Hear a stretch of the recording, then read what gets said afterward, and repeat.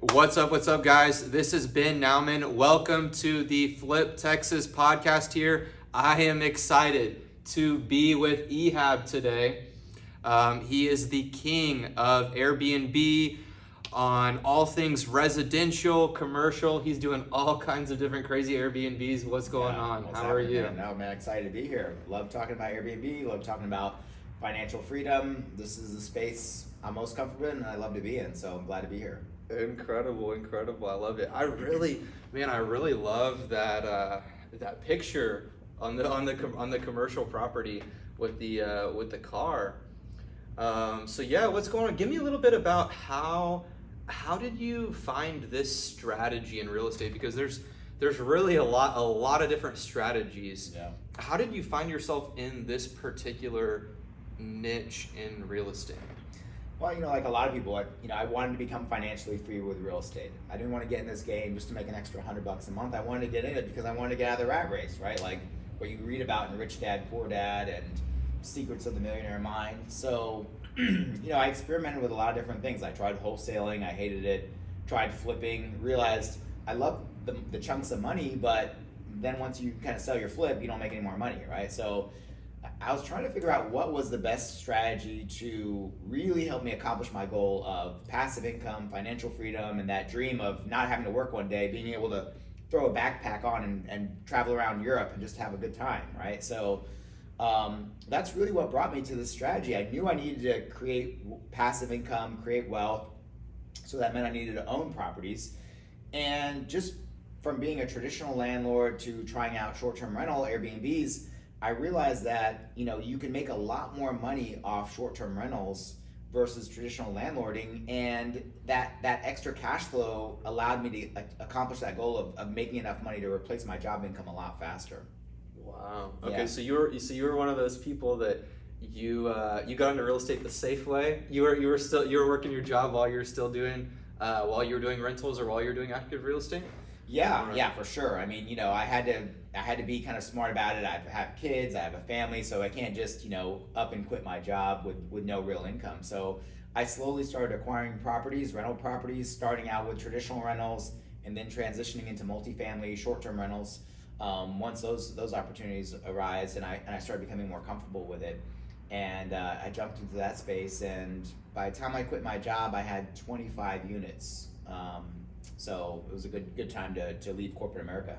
Wow. And at that time, the 25 units, they were the rental properties, long-term rentals, making you $100 a month, or they were Airbnbs at that time. They were a mix. They were a mix of the long-term rentals that I started with that I kind of bought in lower income areas, and they're making about $100, $200 a month each, to the kind of more higher end Airbnbs that I kind of graduated to and was able to buy.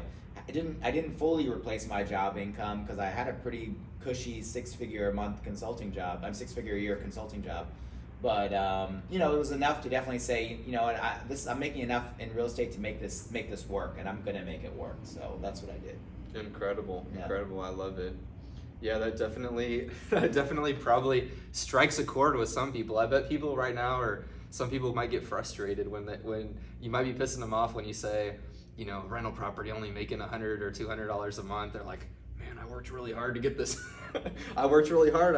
I clawed tooth and nail to get this rental property making me $100 or $200 a month. What do you think some of the pros and cons are to say a rental property I have that's like 5 minutes away from here that's on a long-term lease that I don't really deal with that much versus... Yeah. Well, the big lesson I learned along the way, trying to achieve financial freedom, is that you have to. There's lots of different ways to invest in real estate, but there's only a handful of ways that I've discovered to really accomplish financial freedom. I think if people want to own rental properties and buy fixed up homes, put 20% down, which is typical for an investment loan, and make $100 a month, but then definitely get the appreciation from it, that's okay. It's not a financial freedom strategy, right? Because you're not going to be able to get wealthy off $100 a month. Are you saying like it's a wealth building strategy, but not a? I know. What do you see as different between financial? Do you see financial freedom as the same term as wealth? Like, do you think of it as income? Ideally, we have income and we have long-term wealth. Right. I mean, that's really the challenge. When you talk about really trying to accomplish the dream of quitting your job, getting out of the rat race, and living life on your terms, there's cash flow that you have to generate to replace your job income, and there's the benefit of creating wealth, the appreciation, your net worth going up. Really being able to continue to be in a position where one day you have a business that you can sell and even make more money off of it, right? And so those are really the two challenges. And the big problem with the buying long-term rentals, especially in today's tough market where prices are so inflated, is that you're not going to accomplish the cash flow portion of it, right? And it's going to be very hard to purchase enough properties to really replace that job income, which for some people might be $5,000 a month, $7,000, $10,000 a month. I know as a consultant, I was making $180K a year, so I had 15 grand a month that I needed to replace. Plus, want to make some extra to be able to have savings and continue to buy more properties. So it was a big hurdle to overcome. Yeah, shoot, that's 20 rental properties. You're probably not making. No, and I actually before I switched to Airbnbs, I had gotten up to 12 traditional long-term rentals. So those 12, I think those 12 were making me about $3,000 in profit a month. So I was actually even doing pretty decent, better than a lot of investors. Mainly because I bought them in the hood. I bought them for 50 grand, which is not something you can do anymore today. But I was able to buy them for 50 grand. They were renting for 11 to 1,200 a month, so it was actually kind of a pretty good spread. But you've got a different kind of clientele you're dealing with, and so it was a lot of work to make just a little bit of money. Yeah, that's pretty cool. What do you? I'm curious because I've seen some really good success stories with a couple of your clients that are, what do you call them? Your students in my mentorship program. Some of your students. Yeah. That you introduced me to at the Flip Texas meetup. Yep. And I was pretty impressed. What do you feel is like a couple things that kind of hold people back from, like, because everyone wants to talk about Airbnb, but you don't see a lot of people that have actually replaced their income with Airbnb income. Yeah. Well, I think there's a couple things that hold people back. Number one, they're not doing the right strategy, right? People that, it's real popular nowadays to get into real estate by wholesaling, because all these gurus are trying to sell you courses on wholesaling. So, people are, number one, not doing the right strategy, because wholesaling, is like a one and done strategy. The same thing with flipping too. I'm not against flipping. I've flipped houses before, but the reality is that it's, again, if we're looking at the whole picture, the whole goal of financial freedom, passive income, flipping, wholesaling are not passive income strategies. They're very much active, and they're a lot of work. Yep. You get paid on them one time, and then you got to keep doing the work, right? It's a job. It's a job, right? Or Absolutely. Active business. Yeah, active business. So I think the first mistake people are making is they're not doing the right strategy. They're not buying and holding properties to create passive income. And they're certainly not buying and holding Airbnbs. They're trying to do it the traditional route, which seems like safer and easier for most people. And it's just not going to create enough cash flow. So that's the strategy is important. The second thing I will say that people are doing is that they're, let me think about what they're doing here. There's two mistakes that I thought people were doing. So the strategy, the second mistake that people are making is that they're not focusing on themselves, right? Because one of the biggest hurdles that you have is your mindset, right? And so, people get into real estate and they want to learn about the tactics and the tools, but they're not taking the time to grow themselves as a person, right? And the reality that I've learned is that our situation in life, how much we're making in life, is a reflection of ourselves, right? Like if you're making $50,000 a year, that's a reflection of your mindset. If you're making $2 million a year, that's a reflection of that person's mindset, right? So you've got to be working on yourself even more than you're working on your business, your real estate business, because who you are is going to determine how far you go. And that's something that I teach a lot in my mentorship program, is the mindset, is the personal growth. And you can work on yourself in other ways outside of real estate. Like, for example, one of my most successful students, Alberto, is a ultra marathon runner. So that guy his life is around discipline and pushing himself beyond his boundaries, not in real estate, but in other aspects. So when he joined my mentorship program, he just crushed it because I gave him the tools and the tactics, but he had already developed the self-discipline and the mindset and the grit and the toughness to overcome challenges, right? So that I knew right away when I gave him the right tools and the right strategy that he was going to be successful, because he already had developed himself into the person he needed to be. I love it. Incredible. Yeah. Incredible. Yeah, I heard a great quote from I think it was from Ed Milet's new book actually, and it was about that, to attract those, you have to become the person that you want to become, the person that you look up to or want to be, or something like that, essentially. And that's really powerful. Yeah, there's a reason why statistically, you look at a lot of successful people, they wake up at 5 in the morning, they start their day with exercising or meditation or intention setting.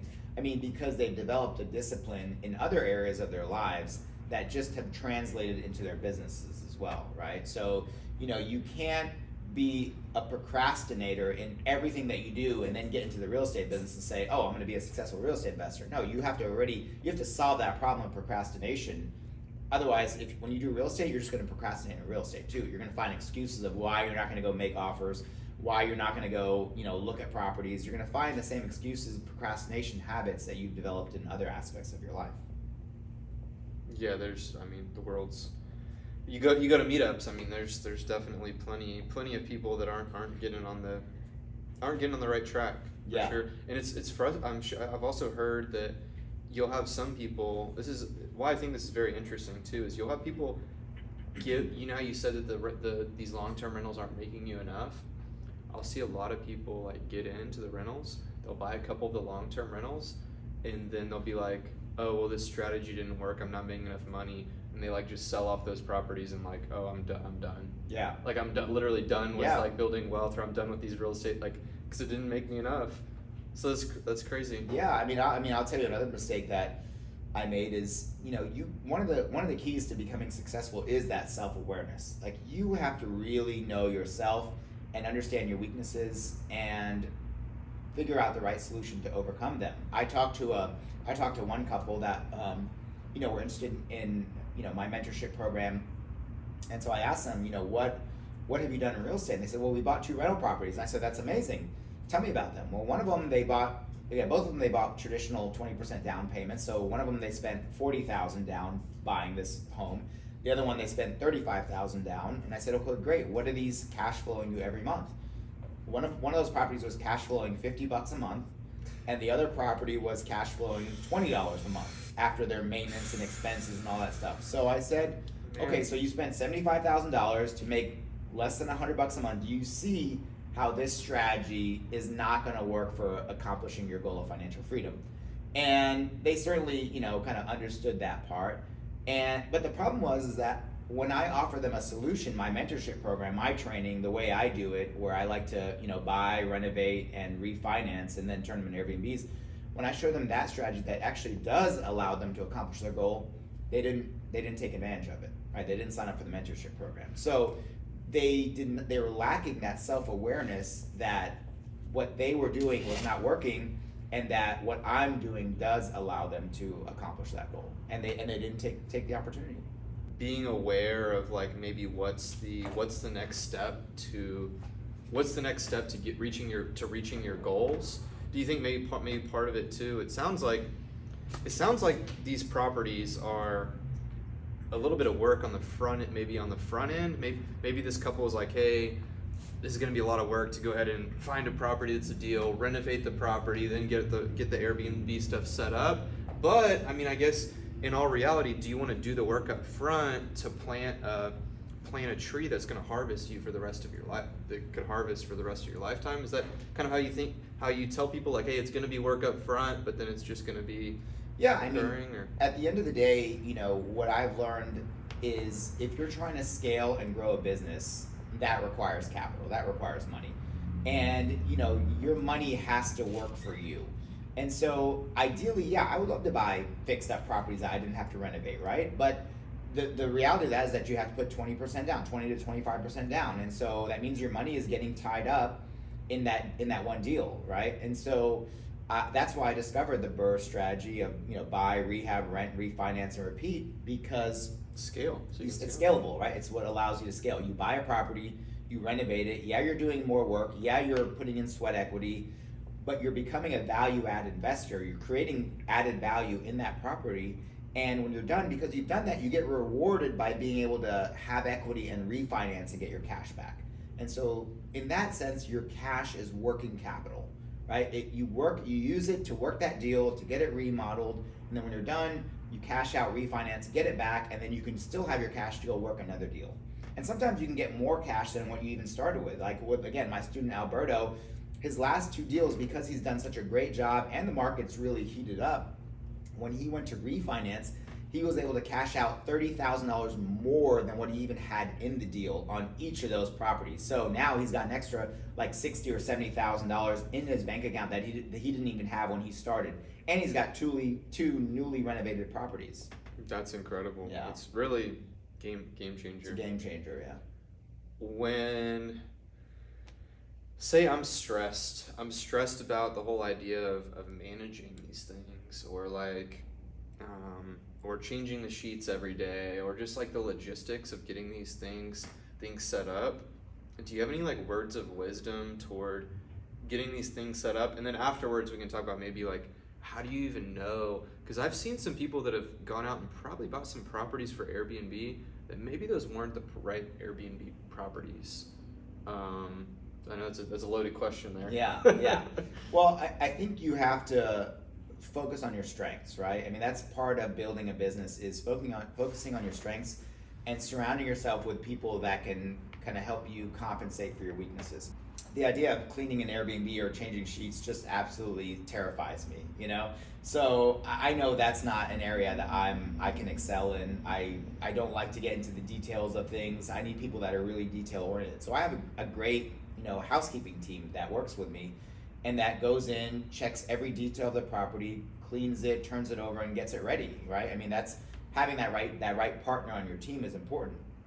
Same thing with the renovations. I have good GCs, I have good architects, people that have the vision to really help me go in and turn a property into something better than what it already is. And not just renovating it, but I mean like maybe adding on square footage, or building what's called like an ADU, an additional dwelling unit in the back that lets you make more money, like a tiny home, for example, or converting the garage apartment into something cool, things like that. So, having the right team is really important to having the right business. The other question you had about just, buying the right property, well, you have to know how to evaluate deals, Airbnb properties especially. And there's tools out there. One of them is called airdna.co. It's a great tool for going online, plugging in an address. If you're thinking about buying a property, you can plug in the address, and you can use the rentalizer on there to help you figure out what the occupancy and the average nightly rate is in that area, And that's a tool to let you figure out, what is this property going to potentially make? But here's the deal. That tool, and like any tool out there, is going to just give you an average. And I don't like to have average Airbnbs. I like to have above average Airbnbs. So, I have this model I talk about. There's 3 levels of Airbnbs: the Walmart, the Target, and the Nordstrom. And I teach my students this all the time. Like, you don't want to have Walmart Airbnbs. You want to be somewhere between Target and Nordstrom. So when you look at tools like AirDNA, even though that's the average, you want to make sure that you've got above average properties. And if you do, it's going to outperform those metrics that you're seeing online. I guess that would probably make it to where if there was competition, because I know some of these areas I've been told are getting more competition with the Airbnbs. I've heard of a couple pretty big guys, and one big guy in town. They're pretty successful. They have pretty good net worth, etc. And they were considering on which strategy to double down on. And they were like, "Oh, we're actually not going to double down on the Airbnb because of the competition in Galveston or the competition here." But maybe they're not making their properties, at the end of the day, if you have the best product and the best price, or maybe they're not making it that proper experience. Yeah. Yeah, absolutely. I mean, I think there's a lot of people that get into the Airbnb business. There's actually a really easy way to get in called rental arbitrage, right? And that's where people are renting apartments and just furnishing them and putting on Airbnb. And the problem is it is an easy way to get in, and there's a lot of competition in those space. So if you're thinking about getting into Airbnb, maybe stay away from the 1-bedroom or 2-bedroom apartments, and focus on homes, right? Or experiences, like something unique, like a tiny home. The one advantage you have of being a kind of a homeowner and doing the strategy that I do is that you have a lot of control over the property, right? You can build a tiny home in the back. You can put a swimming pool in the backyard. You can paint the walls and decorate it and paint a mural on the front of the building, like I did at my mechanic shop, Airbnb. I painted a mural on the front of it to really make it stand out and be a statement piece. And that's not something you can do when you're renting an apartment, right? You're limited by the property managers in what you can do to the property, right? So that's why I tend to stay away from the arbitrage space, because I think it is saturated and there's a lot of competition, and you see people on Facebook selling their furniture off all the time, saying they're getting out of the business. So when you say you don't personally do the arbitrage, I like that part about the control. You have extra control if you own the property, and on top of that, the way I see it, if you own the property, you're really creating a lot more net worth because of your whole rehab. You're buying at a discount, rehabbing, Mm-hmm. and then you're plugging in the back end the Airbnb. You're thinking that the people that do the rental arbitrage, it's only a certain type of property, and that like type of property is more but couldn't you do the rental arbitrage on on a home or on or on somebody's land or etc.? Yeah, it's certainly an option if you find somebody that's willing to let you do Airbnb or but I think the apartments tend to be kind of a lower barrier to entry, you know. Okay.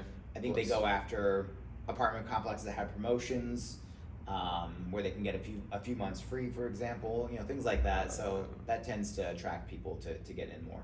Okay. Yeah. I see. I would be scared about the apartment shutting down, like you signing a long-term lease and your only strategy was like, I'm going to be able to do this Airbnb, and then the apartment shuts you down and says, no, you can't do Airbnb, and you sign this long lease or something. Yeah. Well, and it's happened to one of my students, actually. You know, they're typically pretty forthright with the apartment complexes, letting them know that that's their intention. But what happened in this one particular case was my student had 4 apartments in this complex on Airbnb, and another Airbnb host had guests throw a party in this 1-bedroom apartment, had like 40 people throwing a party. And because it was just such a distraction, such a disturbance, they came back to my student and said, hey, we're shutting down Airbnb, you know, you can't do Airbnb anymore. And he's like, I still got 6 months left on my lease with you. So they gave in and said, look, okay, we'll let you finish out your 6-month lease, but after that we're not renewing. So he's losing 4 of his Airbnbs just like that at the end of the year. And that's a nice complex Yeah. to even like say Yeah. that. Like if it was if it was a bad management or something, they would just be even worse than that. Shut it down. Yeah, I mean, you know, the other reason why I don't do arbitrage is because, you know, with real estate investing, there's 4 ways that you make money when you're a buy and hold investor, right? You're getting cash flow every month, you're getting appreciation, you're getting the tax write-off with depreciation expense, and you're getting your mortgage paid down. Like eventually my properties are not gonna have a mortgage on them anymore, and my overhead goes way down. But with arbitrage, you're only getting the cash flow. You're not getting anything else. And so, you know, I really like to benefit. I'd rather get paid 4 ways on a property than just one, right? So that to me makes more sense. You must be working pretty hard to find these value add properties that are, I guess you already have your target areas, but it sounds like you must be working pretty hard to find these value add properties that are specifically in good Airbnb locations. I guess with no HOA is something you look for, or? Yeah, or you know, a property that has an HOA that's amenable to Airbnbs. But yeah, my primary focus when I look in areas is finding a fixer-upper. You know, so I like to look in fixer-upper areas. I like to look at areas that have, you know, attractions around it that are going to attract people to want to stay there. So in Houston, we have the medical center, we have downtown, we have stadiums, we have Space Center Houston, the museum district. We have lots of things that attract people to come to Houston. So I tend to kind of focus on those areas. Those are kind of the big things I look for. But again, the thing about my strategy is I'm not trying to be that investor that owns, you know, 20, 30, 40 properties, you know, and needs that to be financially free. I like to find one really good deal a year, renovate it, which takes me about 6 to 8 months to renovate these properties. Then another month or so to furnish it, and then I'm doing my refinance during that time, and really take a year, even if it takes me a year to get this one really great property up and live on Airbnb. At the end of that, I've got a property that's making $10,000 to $15,000 a month on Airbnb, or let's just say cash flowing, $4,000 to $6,000 a month. I just try to do one of those a year, and in 5 years, that's the financial freedom plan. Is the 5-year plan. I've got a student. We were actually on the show Beachfront Bargain Hunters together. Her name is Sarah, and her beach house that she renovated in Surfside, Texas, is a 6-bedroom, 6-bath beach house. In the summertime, it hits $25,000 a month. One property, and it's probably got I'm having a heart attack. I know. It's got like a $4,000 mortgage. So when you subtract that from 25 grand, and you've got some other expenses and stuff, I mean, she's easily making $18,000 a month on that one property in profit, right? So you don't have to own a ton of these, is my point. You just have to get a few really strategically good properties, and you can achieve financial freedom pretty quickly. That seems a lot more manageable to me than some people saying, hey, I need to go buy 50 rental properties. It seems a lot more manageable. But yeah, when I heard that 6 months to rehab, I knew it seemed like a lot to me. So I'm sure some other people are kind of like, wow, 6 months to rehab. And it sounds like basically what I said earlier is that maybe it is some hard work getting it set up in the front end, but that once you get it set up, once you get it running right, refinanced, everything like that, that you really have an income generator for a long time. Yeah. And that's incredible. That it's really powerful that you only have to buy one a year. So you could really do this. You really don't even need to be a full-time real estate investor or something to just buy one a year. Yeah, right. You don't. I mean, it's very doable. What I love about the strategy, I think it's the best strategy for the average person to be able to achieve financial freedom.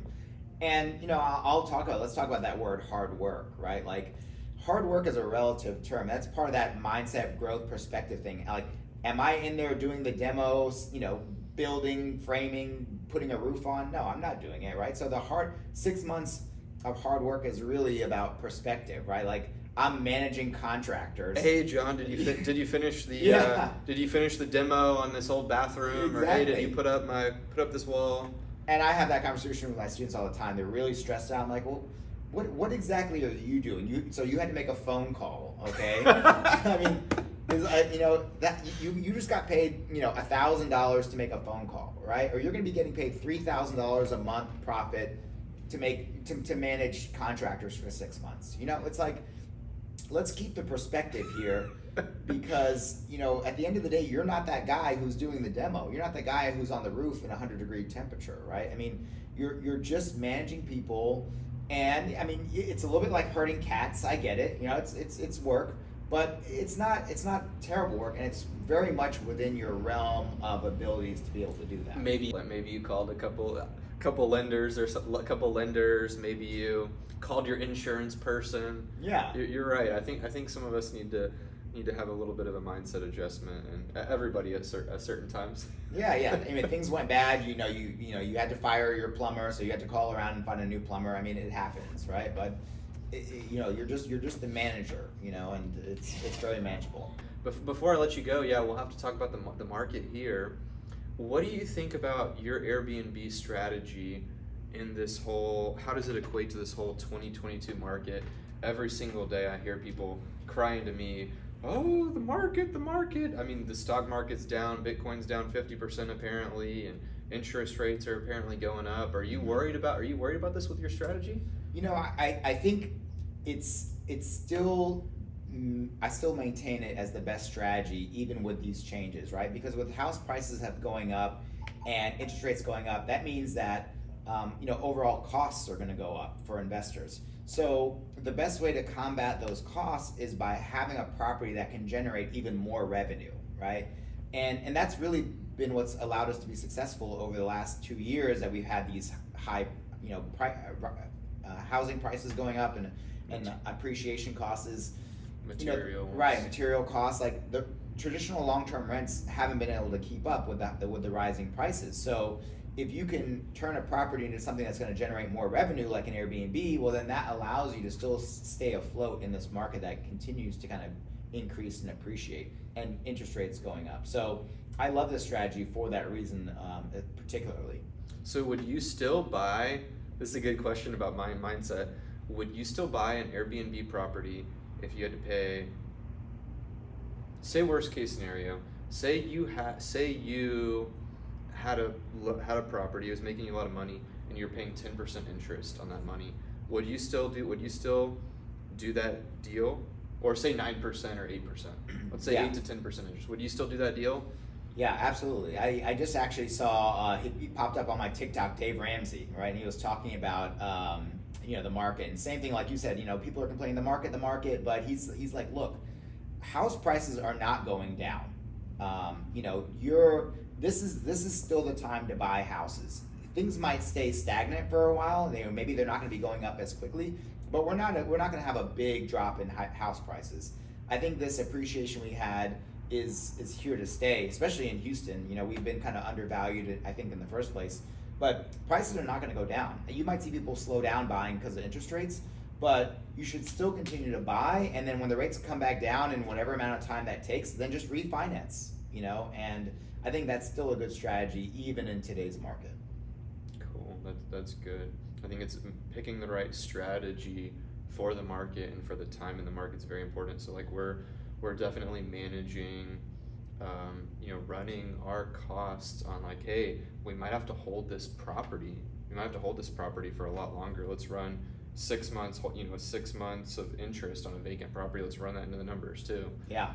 But with yours, I mean, once you get it set up, you're cash flowing. You're not paying all these vacant, interest in all these vacant houses. Yeah. So I love that.